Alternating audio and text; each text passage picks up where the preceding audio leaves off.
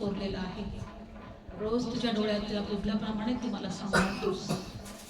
देवा, माझा तुझ्यावर भरोसा आहे. माझा आश्रय तू आहे, माझं शरणस्थान तू आहे. धन्यवाद ईश्वर, धन्यवाद ईश्वर, धन्यवाद ईश्वर. मेरा खुदा, मेरा मसीहा, कितना भला है, जिंदा खुदा है. मेरा खुदावन, मेरा मसीहा, कितना भला है, जिंदा खुदा है. दिल भी है तेरा, जान भी तेरी, तू रास्ता है, जिंदा खुदा है. हो मेरा खुदावन, मेरा मसीहा, कितना भला है, जिंदा खुदा है. पूजते पूजते, चूमते चूमते, पूजते पूजते, चूमते चूमते, चाहत में तेरी निकले दम, सांस है तेरी, सोच है तेरी, तू शहंशाह है, जिंदा खुदा है.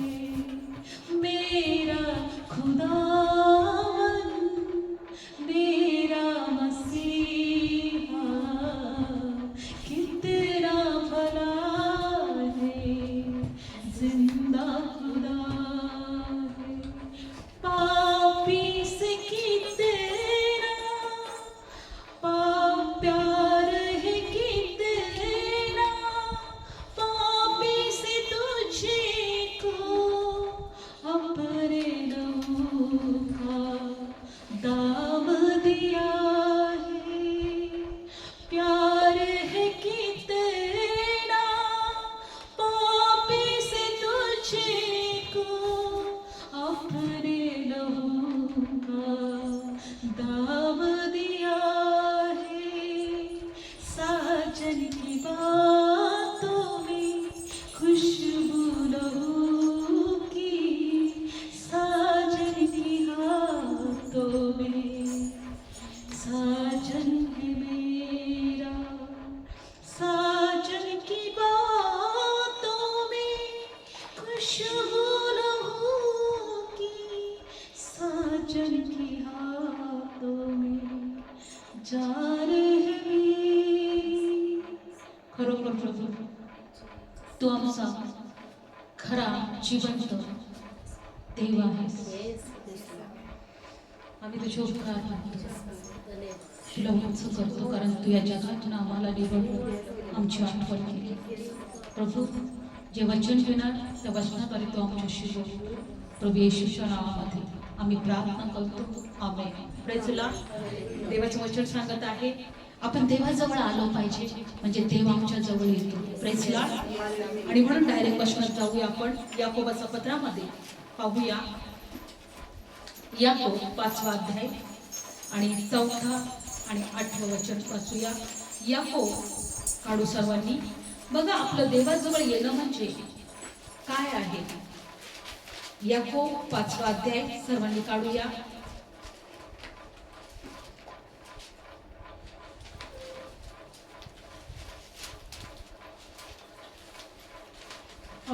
चौथा अध्याय काढूया. याकोब 4 अध्याय 8 वचन. देवाजवळ या म्हणजे तो तुम्हा जवळ येईल. Praise the Lord. देवाजवळ या म्हणजे पुन्हा वाचूया. देवाजवळ या म्हणजे तो तुम्हाजवळ येईल. अहो पाप्यांनो तुमचे हात निर्मळ करा, अहो दुर्बुद्धीच्या लोकांनो तुमची अंतःकरणे शुद्ध करा. Praise Lord. देवाजवळ येणं म्हणजे काय आहे? बायबलमध्ये दिले, आम्ही स्वतःला निर्मळ करणं आहे. जी आमची दोन प्रकारची बुद्धी आहे, जे आमचे अंतःकरण आहे ते शुद्ध करणं आहे. म्हणून एक आशा ठेवली पाहिजे, विश्वास ठेवला पाहिजे की आम्ही देवाजवळ आल्यानंतर देव आमच्या जवळ येतो. Praise Lord. याकोबाचं पत्र 4 अध्याय आणि 8 वचन सर्वांचं लक्ष आहे. देवाजवळ या म्हणजे देव तुमच्या जवळ. म्हणून आज हा विश्वास ठेवला पाहिजे, जर मी देवाजवळ आलेलो आहे तर देव माझ्या जवळ आलेला आहे. किती विश्वास ठेवताय? मी बोला, मी जर देवाजवळ आलोय तर तो माझ्या जवळ आलेला आहे. कारण 8 वचन पुन्हा वाचते, देवाजवळ या म्हणजे तो तुम्हा जवळ येईल. विश्वास ठेवताय? देवाजवळ या म्हणजे तो तुम्हा जवळ येईल. Praise Lord. आणि बायबल सांगते की तुमचे हात निर्मळ करा, दुर्बुद्धीच्या लोकांनो तुमची अंतःकरण काय करा? शुद्ध करा. म्हणून आमची दुर्बुद्धी किंवा आमची डबल बुद्धी असेल तर आम्हाला काय करायचं आहे? शुद्ध करायचं आहे. देवाजवळ येणं म्हणजे शुद्ध होणं आहे. देवाजवळ येणं म्हणजे निर्मळ करणं आहे. Praise Lord. आणि देवाजवळ येतो तेव्हा देव आमच्या जवळ येतो. आणि म्हणून बायबलमध्ये असं दिलेलं आहे की ज्या वेळेस आम्ही देवाजवळ येतो दुष्ट आत्मे आमच्यापासून निघून जातात. काय होतात? दुष्ट आत्मे आमच्यापासून पळून जातात. आणि म्हणून बायबलमध्ये दिलेलं आहे की फिलिप जेव्हा प्रभू येशू ख्रिस्ताला गाजवत होता, अनेक दुष्ट आत्मे पळून जात होते. प्रेषितांच्या कृत्यामध्ये देवाजवळ येणं किती महत्वाचं आहे. देवाजवळ येणं म्हणजे देव आपल्या जवळ येणं आहे. आणि म्हणून आपण प्रेषितांचं कृत्य 8व्या अध्यायामध्ये काढूया की जेव्हा फिलिप प्रभू येशू ख्रिस्ताला गाजवत होता, प्रभू येशू ख्रिस्ताचं वचन सांगत होता, जेव्हा फिलिप प्रभू येशू ख्रिस्ताचं गौरव करत होता, बायबलमध्ये दिलेलं आहे की अनेक लोक हे दुष्ट आत्म्यापासून त्यांना सुटका मिळत होती. Praise Lord. म्हणा, मला सुटका मिळालेली आहे, कारण मी देवाजवळ आलेलो आहे. Praise Lord. प्रेषितांचं कृत्य 8व्या अध्यायामध्ये 4 वचन वाचूया. इकडे तर ते पांगून गेले आणि वचनाने शुभवर्तमान सांगत चहूकडे फिरले. वचनाने शुभवर्तमान सांगत चहूकडे फिरले. आणि फिलिप खाली शोम्रोनात नगरात जाऊन त्यांना ख्रिस्त गाजवू लागला. तेव्हा त्याचे एकूण व जे चमत्कार तो करीत होता ते पाहून लोकसमुदायाने फिलिपाला सांगितलेल्या गोष्टींकडे एकमताने लक्ष दिले. कसे लक्ष दिले? कारण ज्यांना अशुद्ध आत्मे लागले होते अशा पुष्कळातून ते अशुद्ध आत्मे मोठ्याने वरून निघून गेले आणि पुष्कळ पक्षघाती पांगळे बरे झाले आणि त्या नगरात फार आनंद झाला. Praise Lord. फिलिप काय करत होता? देवाचं वचन गाजवत होता. फिलिप काय करत होता? देवाची, प्रभू येशूची घोषणा करत होता, ख्रिस्ताला गाजवत होता. आणि ह्या वचनात असं दिलेलं आहे की अशुद्ध आत्मे लागलेले पुष्कळ लोकांतून ओरडून निघत होते आणि पक्षपाती आणि पांगळे बरे होत होते. म्हणजे पक्षपाती आणि पांगळे लोक का झाले होते? अशुद्ध आत्म्यामुळे. कशामुळे? अशुद्ध आत्मे मनुष्याला पांगळे करायला येतात, आंधळे करायला येतात, लंगडे करायला येतात, गरिबीत ठेवायला येतात. अशुद्ध आत्मे सतवण्यासाठी येतात, नाश करण्यासाठी असतात. परमेश्वर म्हटलंय की मी तुमच्या अवतीभोवती देवदूतांचं तळ ठेवीन. Praise Lord. आज बायबल सांगतं की प्रत्येकाच्या जवळ परमेश्वरने दूत दिलेला आहे. कोण दिलेला आहे? देवाचा देवदूत. बायबल सांगतं की पण आम्ही देवाजवळ यायला शिकलो पाहिजे. देवाजवळ या म्हणजे देव तुमच्या जवळ येईल. बायबल काय सांगतं? देवाजवळ या म्हणजे देव, आम्ही देवाजवळ येणं म्हणजे देवाच्या आम्ही देवाजवळ येणं म्हणजे देव आमच्या जवळ येणं आहे. Praise Lord. आम्ही देवाजवळ येणं म्हणजे देव आमच्या जवळ. आणि जेव्हा आम्हाला माहित नाही, आम्ही अशुद्ध आत्म्याला पाहू शकत नाही, अशुद्ध आत्म्याचं आमच्या जीवनात कशा प्रकारे ते कार्य करतात या गोष्टी आम्ही पाहू शकत नाही. पण तुम्हाला माहिती आहे, अशुद्ध आत्मे आम्हाला पाहतात, अशुद्ध आत्मे देवाला पाहतात आणि ते पळून जातात. बघा, फिलिप देवाचं वचन गाजवत होता, ख्रिस्ताला गाजवत होता आणि अशुद्ध आत्मे लोकांना सोडून पळून जात होते आणि लंगडे आणि पांगळे बरे होत होते.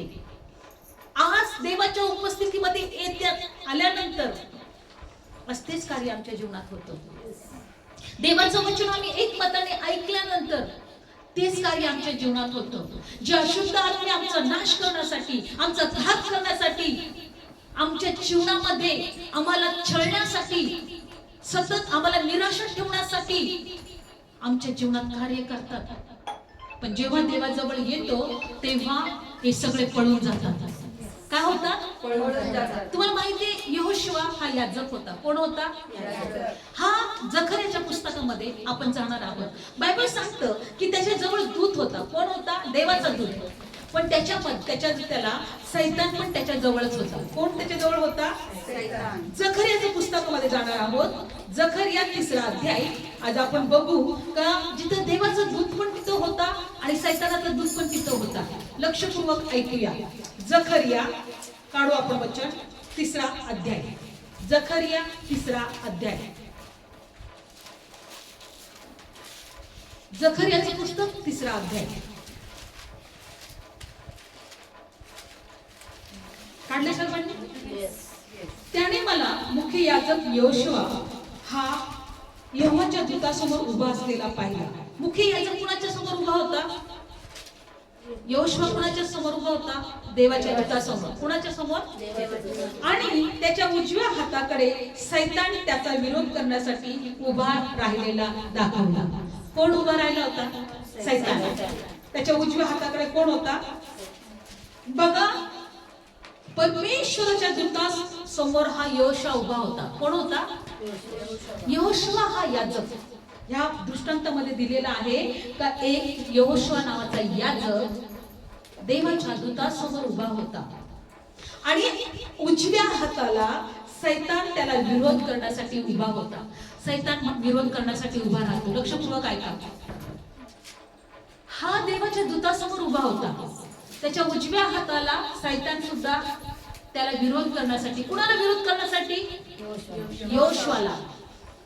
होऊ शकतं यहोशुआला म्हणत असेल प्रार्थनेत जाऊ नको, होऊ शकतो भक्ती करू नको, देवाला शोधू नको, देवाजवळ जाऊ नको, तुला खूप काम पडलेलं आहे, तुला खूप कंटाळा आलेला आहे, तुला खूप आडवे पाडणारे लोक आहेत, तुझ्या मागे खूप अडखळणं आहे. बायबल सांगतं की ह्या यहोशुआच्या डाव्या हाताला सैतान विरोध करण्यासाठी उभा होता आणि यहोशुआ हा देवाच्या दूतासमोर उभा होता. कुठे उभा होता? तर देवाच्या दूतासमोर तो उभा असताना सैतान त्याच्या डाव्या हाताला असला पाहिजे का? उजव्या हाताला असला पाहिजे का? पण तो कशासाठी? विरोध करण्यासाठी उभा होता. यहोशुआला विरोध करण्यासाठी. आणि बायबल सांगतात पुढे काय झालं बघा.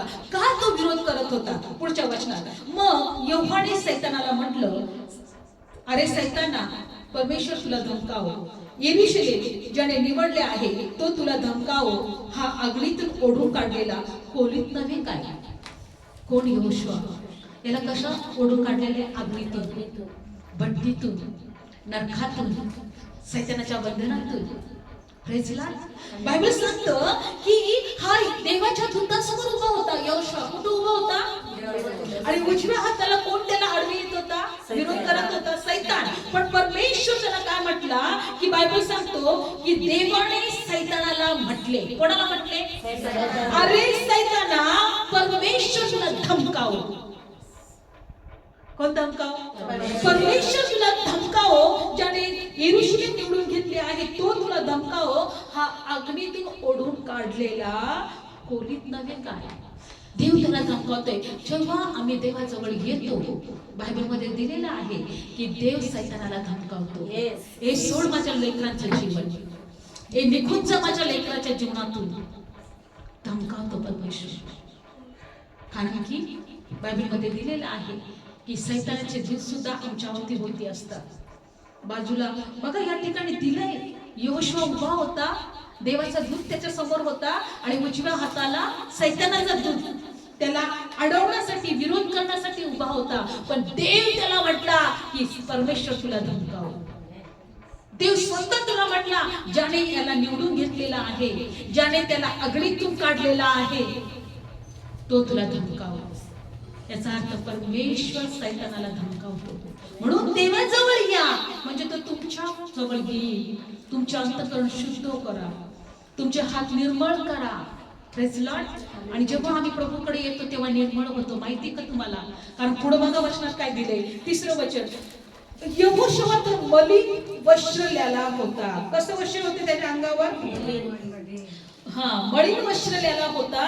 आणि तो त्या दूतासमोर उभा राहिला होता. आणि जे त्याच्या समोर उभे राहिले होते त्यांना त्याने उत्तर देऊन म्हटले, तुम्ही त्याच्या अंगातून ती मलिन वस्त्र काढा. मग त्याने त्याला म्हटले, पहा, मी तुझा अन्याय तुझ्यापासून दूर केलेला आहे. आता लक्षात आलं का सैतान का विरोध करत होता? त्याच्यामध्ये अन्याय होता. त्याचे कपडे मलिन झालेले होते. होऊ शकते त्याच्या वागण्यामुळं, त्याच्या वाईट स्वभावामुळं, त्याच्या वाईट विचारांमुळं त्याचे कपडे कसे होते? मलिन झालेले. आणि बायबलमध्ये काय दिलेलं आहे की परमेश्वर म्हटला, याचे मलिन वस्त्र याच्यापासून दूर करा. काय म्हटला देव? याच्या अंगातून मलिन वस्त्र काढा आणि पहा, मी तुझा अन्याय तुझ्यापासून दूर केलेला आहे. सैतान विरोध का करत होता? सैतान आमचे अन्याय पाहतो, सैतान आमचे मलिन वस्त्र पाहतो, सैतान आमच्यातल्या दोष पाहतो, सैतान आमच्यातल्या वाईट गोष्टी पाहतो. जगात कोणीच नाही असा की त्याच्यामध्ये दोष नाही, त्याच्यामध्ये अन्याय नाही, त्याच्यामध्ये वाईट गोष्टी नाही. पण देव म्हणतो, याचे वस्त्र काढून टाका. हा अग्नीतून ओढून काढलेला कोलित आहे. देव आम्हाला अग्नीतून ओढून काढतो जेव्हा आम्ही देवाजवळ येतो. जेव्हा आम्ही देवाजवळ येतो.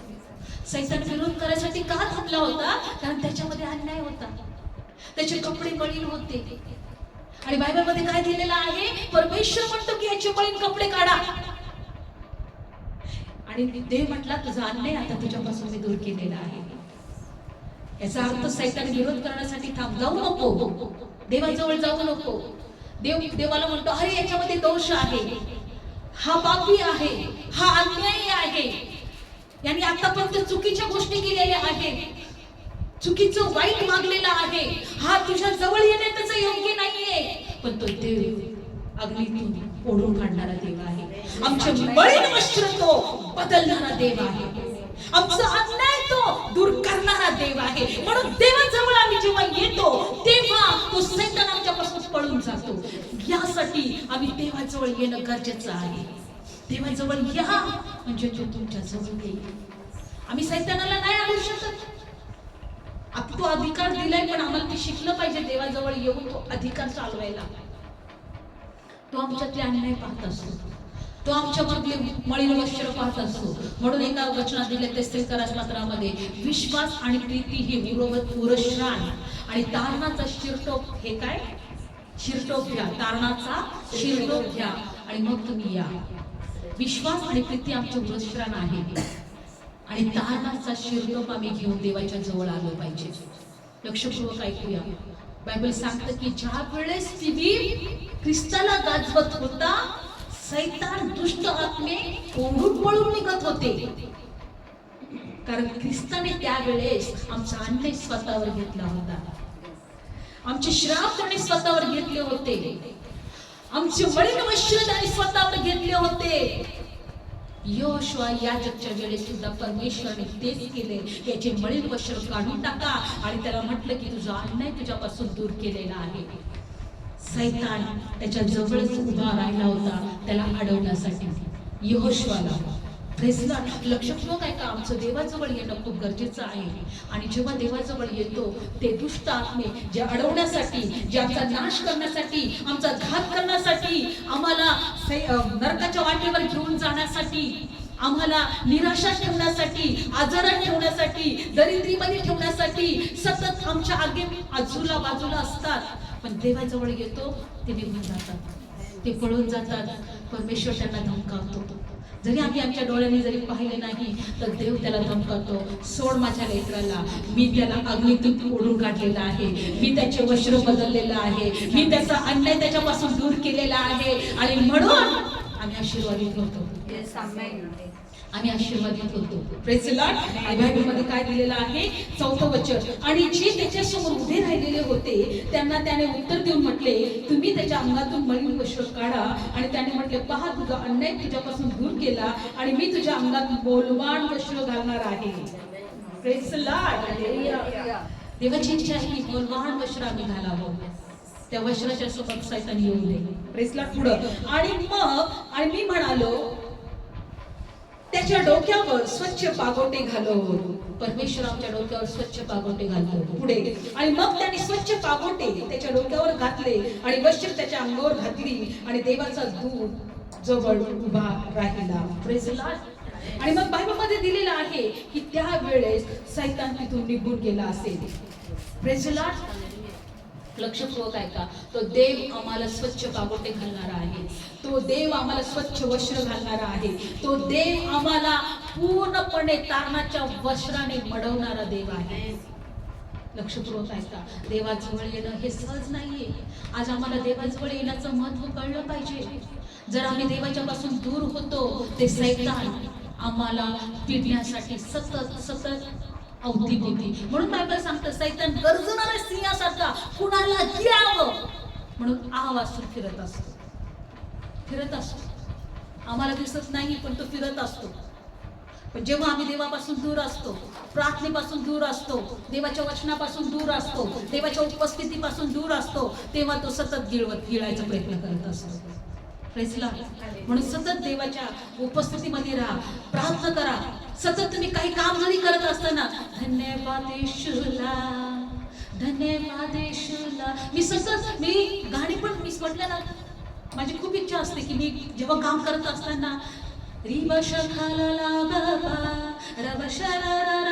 म्हणजे मी अन्य भाषामध्ये गाणं गात असते. असं म्हणजे मी सतत का?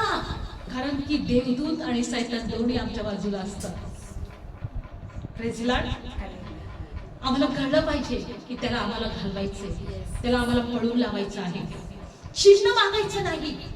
प्रभू तू माझ्या जीवनात असं केलं तर मी प्रार्थना करेन, तसं केलं तर मी तुझी भक्ती करेन, तसं केलं तर मी तुझ्या उपस्थितीमध्ये येईन, तसं केलं तर मी तुझ्यावर प्रेम करेन. माझ्या प्रार्थनेचं उत्तर मिळालं तरच मी एक चांगलं जीवन जगेन. तुम्हाला माहिती, शास्त्री करून शिक्षित मागणारे होते.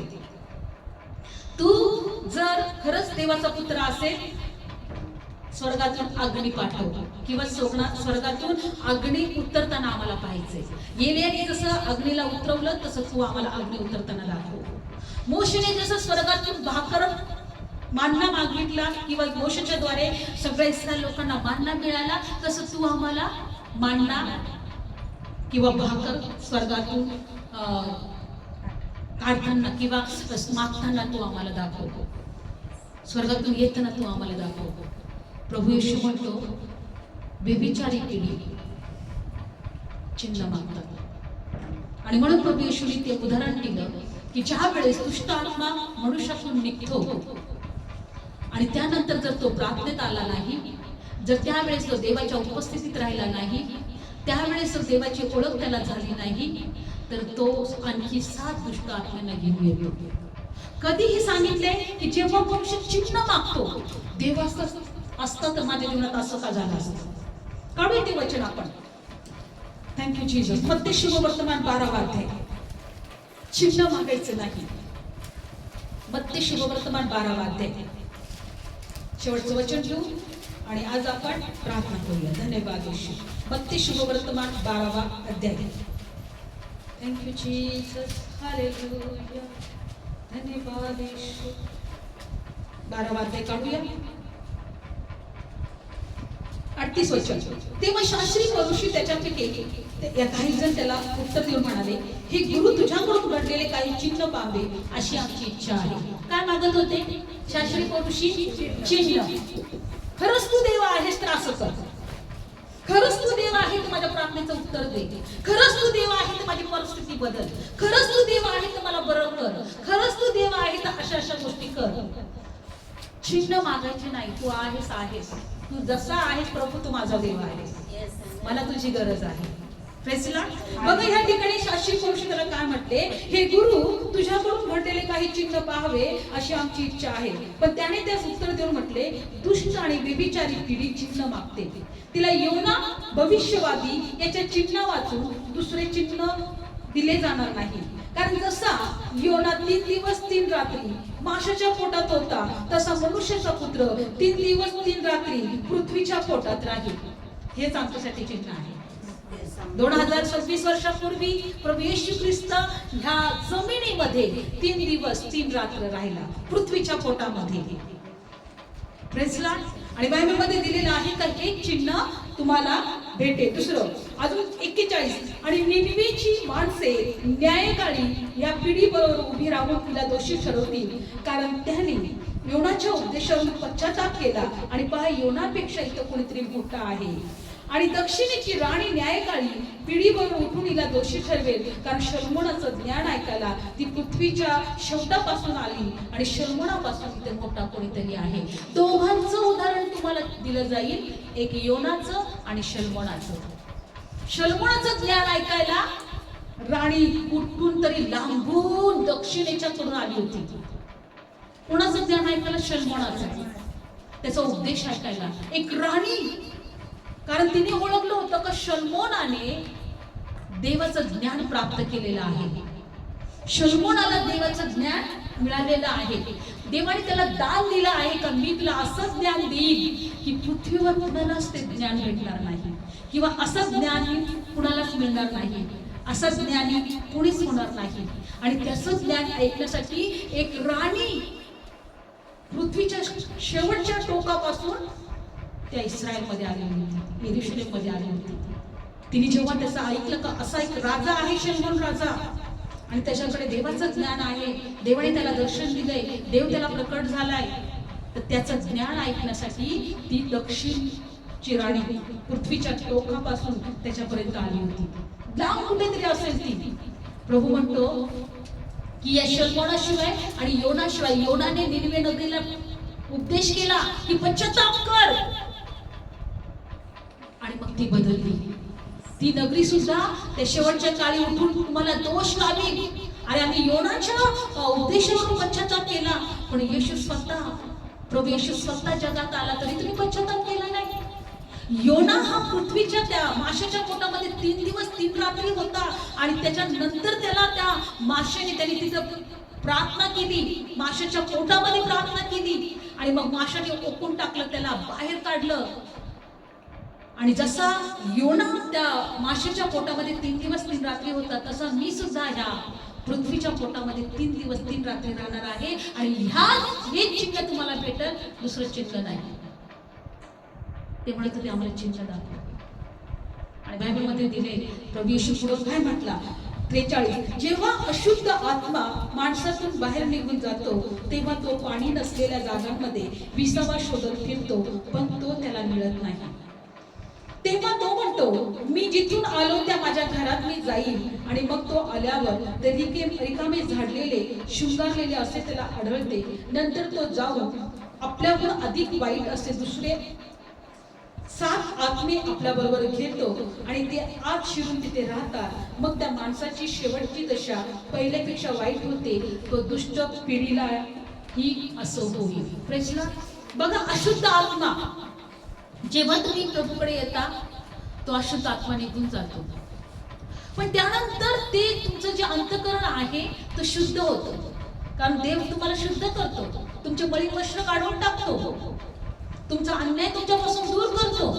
पण नंतर काय म्हणतात तुम्ही, आता मला चिन्ह पाहिजे. देव असेल तर असं करेल, देव असेल तर तसं झालं पाहिजे. मग बायबल सांगतं की ज्या देवाने तुमच्यावर उपकार केलेला असतो, तुमचा अन्याय दूर केलेला असतो, तुमची क्षमा केलेली असते, तुमचे मलिन वस्त्र दूर केलेले असतात, त्या देवाला तुम्ही देवाची स्तुती केली पाहिजे, प्रार्थना केली पाहिजे. तुमचं हे घर जे आहे ते रिकामं ठेवलं नाही पाहिजे. पण ते प्रार्थना जेव्हा तुम्ही देवाजवळ येतात तर शुद्ध झालेलं असतं, ते मोकळं झालेलं असतं. पण तुम्ही तुमच्या वचनाच्या द्वारे, देवाच्या वचनाद्वारे, देवाच्या स्तुती आराधनेच्या द्वारे, देवाच्या भक्तीच्या द्वारे, देवाच्या कृपेच्या द्वारे ते अंतःकरण तुम्ही भरलं पाहिजे. पण जेव्हा ते मोकळं असतं, मग जो दुष्ट आत्मा तिथून निघालेला असतो, बाहेर पडलेला असतो, त्याला त्याच्या घराची आठवण येते. तो म्हणतो बघू बरं, ज्या घरात मी राहत होतो तिथे जाऊन पाहत होतो कसं आहे. आणि तो जेव्हा तो अंतःकरणात परत येतो, त्या माणसाकडे परत येतो, अरे हे खूपच शुद्ध झालेलं आहे, हे खूपच पवित्र झालेलं आहे, अरे हे खूपच मोकळं मोकळं दिसतंय. कारण त्याला घाणीमध्ये राहण्याची सवय असते. मग तो म्हणतो था माझ्या लोकांना पण घेऊन येतो अजून घाणीत करायला, लवकर घाण केली जाईल. आणि मग ते अजून 7 दुष्ट आत्म्यांना घेऊन येतो आणि त्या माणसाबरोबर राहतो. कारण की का, तो माणूस जेव्हा येशूकडे येतो तेव्हा तो शुद्ध केलेला असतो, पण तो देवाचे उपकार मानत नाही, एक भक्तिमान हृदय ठेवत नाही, देवाचं वचनाने तो भरत नाही, तो स्वतःला मोकळच ठेवतो, तो सतत चिन्हच मागत राहतो. दुष्ट आत्मे 7 आत्म्यांना घेऊन येतो. अरे हे मोकळं केलेलं माझं घर, माझं मी गेलो होतो इथून सोडून, पण आता हा मोकळा आहे, मी अजून 7. मग त्या माणसाची शेवटची दशा जी असते पहिल्यापेक्षा जास्त भयंकर होते. म्हणून हे जीवन जे आहे, हे अंतःकरण जे आहे, सैतानाला भरू देऊ नका, दुष्ट आत्म्याला भरू देऊ नका. प्रार्थनेने भरा, वचनाने भरा, भक्तीने भरा. जेवढी स्तुती आराधना करता येईल तेवढी स्तुती आराधनेमध्ये तुम्ही राहा. सैतानाला वाव देऊ नका, दुष्टाला वाव देऊ नका.